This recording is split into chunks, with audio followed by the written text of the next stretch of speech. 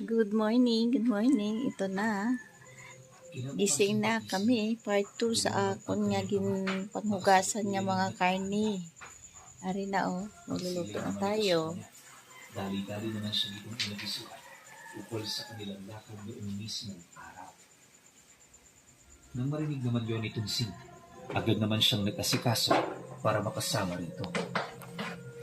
Ilang minuto pa noon ang lumipas, matapos naman ang kanilang almusal, dali-dali naman silang umusad patungo sa karating baryo. Upang walang makapansin sa kanilang gagawin, tanging sila lamang na mag-ama ang pumunta roon.